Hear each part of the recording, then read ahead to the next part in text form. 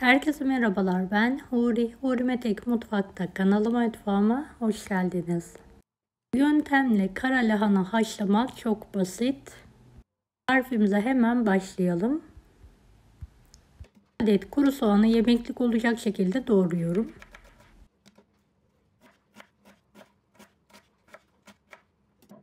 Tencerenin içine alıyorum.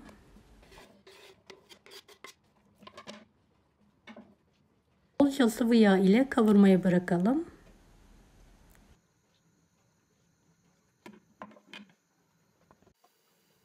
Soğanların kokusu çıkana kadar kavurma işlemine devam edelim.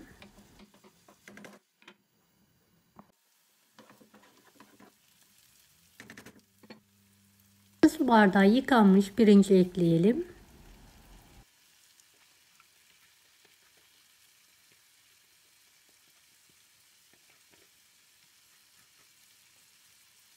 Tatlı kaşığı tuz. Pirinçleri topak olana kadar kavuralım.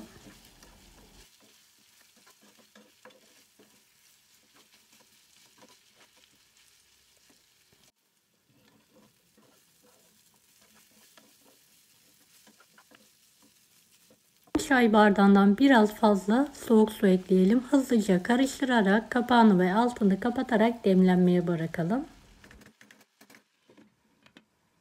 Kaynayan sıcak suya bir paket kabartma tozu atalım. Topladığım, yıkadığım kara lahanalar var. Karbonatlı suyla kara lahanaları haşlayalım. Kabartma tozu daha hızlı haşlanmasına ve yeşil kalmasına sağlıyor. Mutlaka bu yöntemle haşlayın.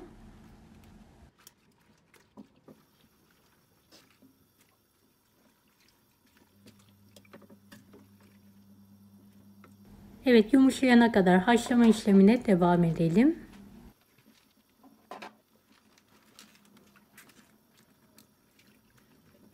Hangi ülkeden veya şehirden izliyorsunuz merak ediyorum. Yoruma yazarsanız sevinirim.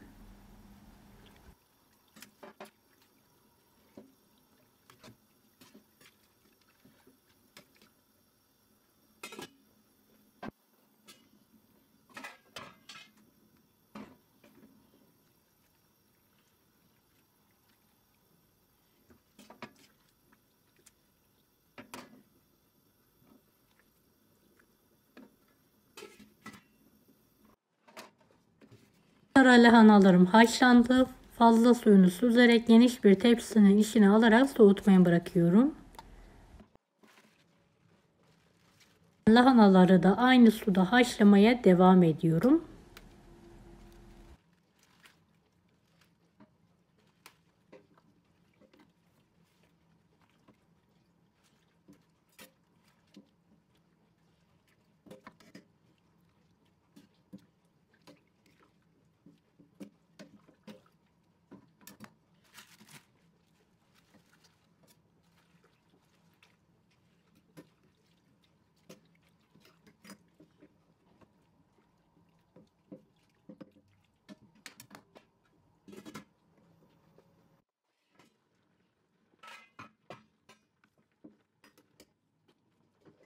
Son yapraklarımı da süzerek hemen alıyorum.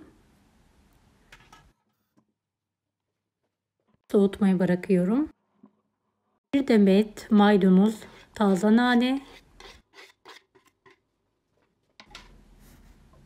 kuru nane, pul biber, karabiber, istenilen baharatları ekleyerek karıştıralım.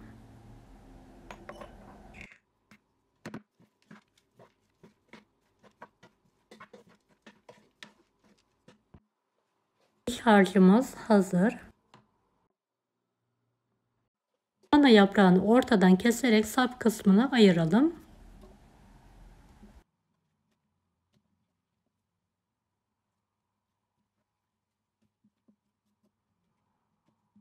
İç harcı koyalım.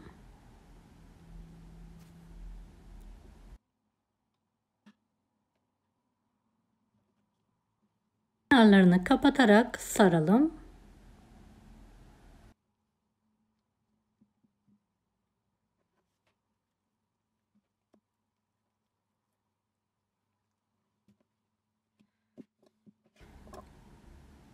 Evet, damar kısımlarını kestikten sonra ortadan ikiye keselim. İç harcı koyarak sarma işlemine devam edelim.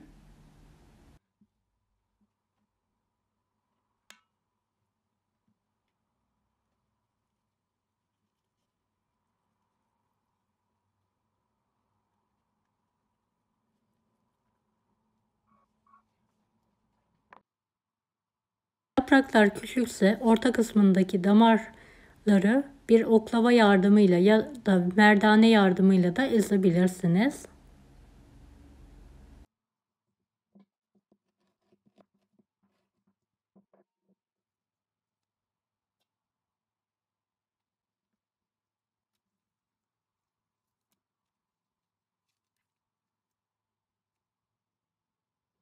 Evet, iç harcı koyarak sarmaya devam edelim.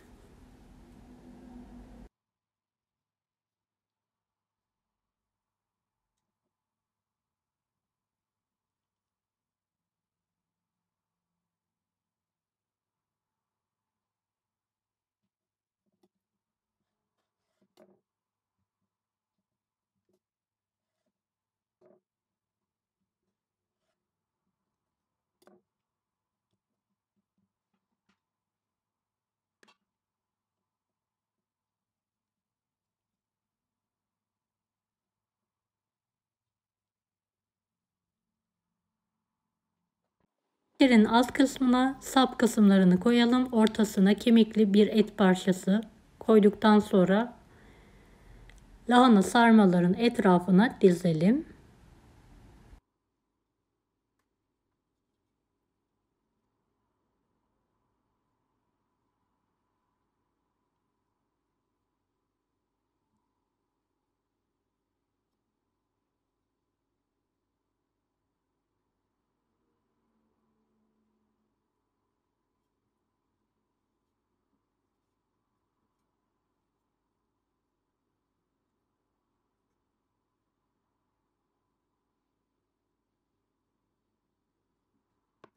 Bir buçuk tatlı kaşığı tuz serpelim.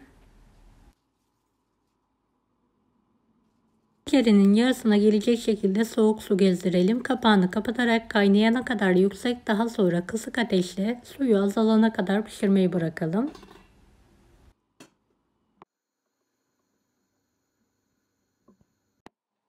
Evet, kontrol ediyorum. Suyunda azalma var. Üzerine bolca sıvı yağ veya zeytinyağı gezdirelim. Tekrardan kapağını kapatarak pişirme işlemine devam edelim. Lokum gibi pişen sarmalarım hazır.